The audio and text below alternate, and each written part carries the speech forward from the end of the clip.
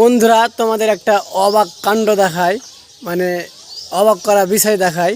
তো আগে এই জিনিসটা দেখো, বৃষ্টির কারণে লোক এভাবে তিরপাল দিয়ে ভুট্টাগুলো ঢেকে রাখছে। এটা একটা ভালো জিনিস, যেন বৃষ্টিতে ভুট্টাগুলো না ভিজে। তাছাড়া আরেকটা জিনিস দেখায়, আমার পিছনে দেখতে পাচ্ছ পালাগুলা, এভাবে বৃষ্টির কারণেই পালাগুলো ঢেকে রেখেছে। এটাও একটা ভালো জিনিস, যেন লোকরিগুলো না ভিজে। কিন্তু এই জিনিসটা দেখো, হ্যাঁ, এটা খুবই হাসি লাগছে দেখে। আমি যখন থেকে দেখছি কি না, খুবই হাসি লাগছে।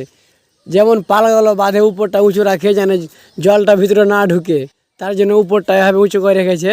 আর চারিদিকে দেখো কত টাইট করে বেঁধে রেখেছে, যেন হাওয়াতে না উড়ে, ইটগুলা যেন বৃষ্টিতে না ভিজে।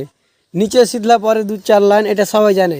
কিন্তু উপরটা কেন ঢেকেছে, ঢাকার কারণটা কি তোমরা যদি জানা থাকে কারো, তাহলে আমি কমেন্টে বলো তো। খুবই হাসি লাগে জিনিসটা দেখো, কত সুন্দর করে মজবুত করে বেঁধে রেখেছে যাতে ইটগুলো না ভিজে। তো ভিডিওটা ভালো লাগলে শেয়ার করে দিবা।